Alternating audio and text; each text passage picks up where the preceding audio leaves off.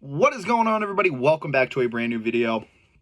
I am fresh out of seeing The Mandalorian and Grogu in theaters. And yeah, I have a lot of thoughts about it. I've seen a lot of the way people feel online. I want to, talk my review, obviously, and just discuss how I feel based on, what other people thought of the film and how my opinion may differ.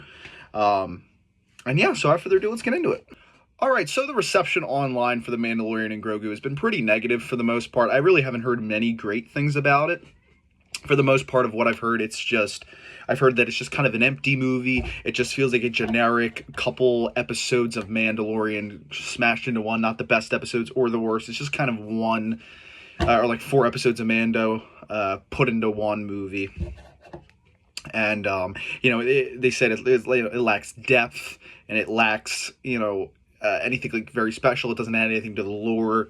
It's just kind of very generic. And I almost completely disagree with that. I actually really liked this movie. I actually really enjoyed it. I thought it was pretty good. I gave it a 3.5 out of 5 on Letterboxd. I was teetering on a 4. It's like a high 3.5. I liked the movie. I think people went into this movie expecting too much. I think they're like, oh, it's the first Star Wars film in 7 years. I think they were expecting something a lot more grand, a lot bigger. And that was never going to be the case. I don't know why people were expecting that. It's it's a Mandalorian spin-off film. It's just a movie all about him and Grogu, right? It's called The Mandalorian and Grogu. It feels like people were going into this expecting like another episode, like an episode 10 or like something like that. Like it's not, and by episode, I mean like another episode of Star Wars, like how you have episodes 1, 2, 3, 4, 5, 6, 7, 8, 9. You get the originals, the prequels, the sequels. I feel like people were expecting this to be like the start of, sequels to the sequels. Like, no, that's never what this was going to be. This is strictly a concise story, but for just them. And I went into the film expecting that, and because of that, I wasn't disappointed because it delivers on that in every single way. First thing, I think the action in this movie was really, really, really good. I really think they did a great job with the action. For people who are saying, like, it just feels like a couple episodes in The Mandalorian and Grogu smashed into one, I agree and disagree. The way it's paced, the film's pacing definitely feels that way. It definitely has that feeling of, it really just feels like one short movie and an episode of the show put into one. So the pacing definitely reflects that. But when it comes to everything else, no. You can tell the budget of this movie was so much higher than the show. The action sequences that we were getting in this film were so big and grand. Just to name a few, the beginning, when he's fighting the AT-AT walkers, or the AT-ATs, whatever you want to call them. Very big CGI spectacle. You got the 3 of them. They're gigantic.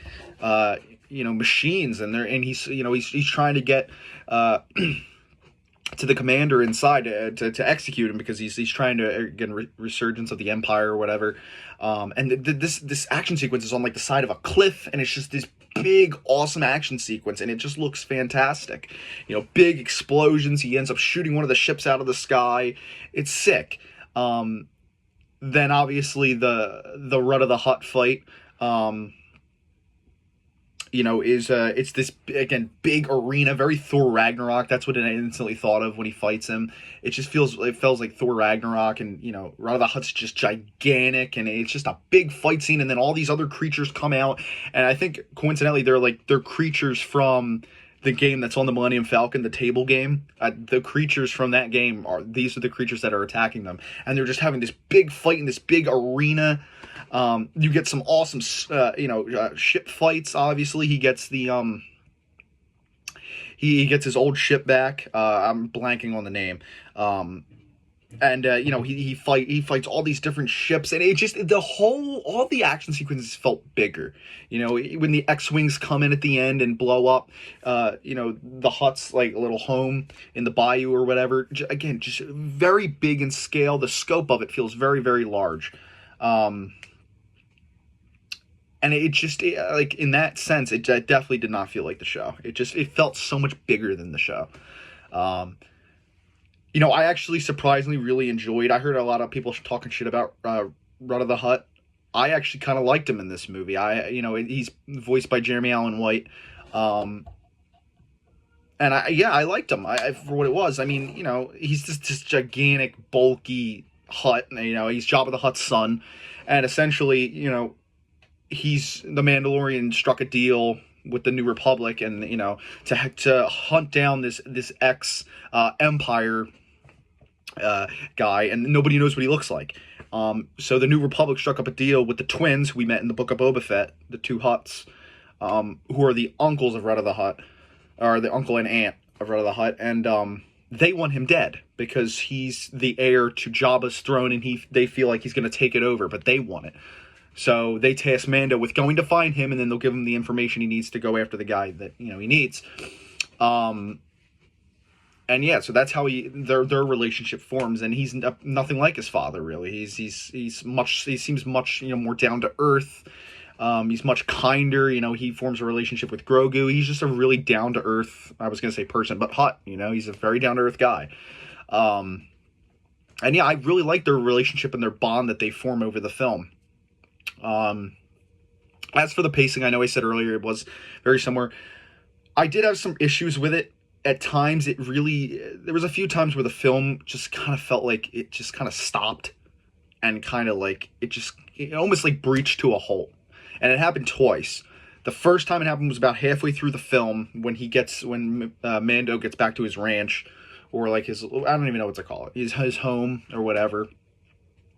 It was like a 15-minute sequence where him and Grogu were just kind of walking around. They're fixing the ship, and it was just a very slow point in the movie. I wouldn't even say it was 15. It was probably like 10. And then it got really bad near the end when Mando fights the big snake. After that, because he gets bit and he gets poisoned, and Mando ends up being out of commission for like 20 minutes. And man, it's like right near the end of the film. The film was going so smooth, and then it feels like it like breaches to a halt. And there was a solid 20 minutes where I was sitting in the theater like, oh my god, like come on, like let's just get to the end here. Like it just felt very unnecessary. Where like Grogu is like walking around in the swamps, he comes across this guy and he keeps stealing food from him. And he's giving it to Mando, who's again he's out like he's just unconscious and he's hiding. He hit him in this little tiny hut thing. And it was just so boring for that little bit. But I think the ending makes up for that with the X-Wing showing up, and then you get, Red of the Hutt versus his uncle and aunt, and then you get Mando versus this bounty hunter that the two twins, the twin Hutts hired. You get that fight as well, which is very good. He also fights these two big mecha robot thingies. And like I said, this movie, when it comes to action, delivers on every sense of the word. It still has those I don't even know what to call those Disney-isms, like feels very Disney-ified, very kid-like. You can definitely tell they're just really trying to connect to kids with Grogu. It felt like every 5 seconds they were putting a new prop in Grogu's hands. Either there was cookies he likes, a bucket of popcorn, or whatever. It really felt like they were trying to, the comedy felt very childish. They were trying to, cater to that younger audience that Disney loves to do. But aside from that, man, it's really just all positives there throughout. I mean, I think it really did hit on some good emotional beats at times. Specifically, like when Grogu, there's a part in the movie at the end where Grogu and Mando are going to have to part ways because they have a ship, but it's very tiny and Mando can't fit on it. And he pretty much says his final goodbye to him, but Mando decides to stay, or not Mando, sorry, Grogu decides to stay with Mando, and that's how, Grogu ends up, nursing him back to health or whatever. Again, the relationship, oh, there goes my cat. The relationship between Rada the Hutt and like I said, Mando is actually, it got heartwarming at times because, like, Rada the Hutt was just begging and pleading not to take him back to his aunt and uncle because they treat him like shit. Again, they're going to torture him and kill him. And, Mando has like a moment of sympathy for this for Hutt, and and it works out, because Mando isn't like this soulless bounty hunter. I mean, yes, he's very serious and strict, but he has a heart, and it shows in the movie. And so, again, when people say, "Oh, it's just like a soulless, emotionless thing that has no impact on anything," I disagree with that. I just don't agree with that statement. I did think this had some depth to it. I think it has a great score, man. It has like this really cool like synth score at times, and it sounds awesome. You hear quite a bit throughout the film, along with the standard Mandalorian track or whatever. Great cinematography as well. There was a great shot in the film of I'll put up a picture. I took it in the theater of these X-wings flying in behind the sun, and it's this very red shot. And it's beautiful. It is a gorgeous looking shot. So the cinematography in this movie was great. CGI all looked good. This was a solid movie, man. And this is a very hot take. I think I enjoyed this more than the other two spin-off Star Wars movies, Rogue One and Solo. Granted, I have not seen those two movies in quite a while. I'm going to be rewatching them soon. I'm still going through my Star Wars rewatch. I've been doing it all of May. All of May has just been Star Wars month for me. So yeah, I'm definitely going to be doing that. But yeah, like I said, I really like this movie. I don't think it deserves a lot of the flack it's been getting.